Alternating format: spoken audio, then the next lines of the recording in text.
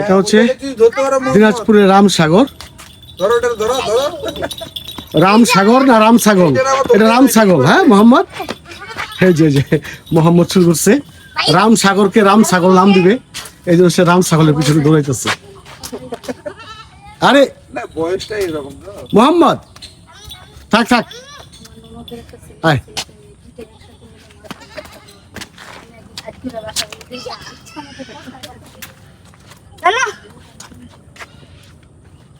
অনেক বড়, পুরাটা তো 4 কিলোমিটার এরিয়া নাকি রামসাগর।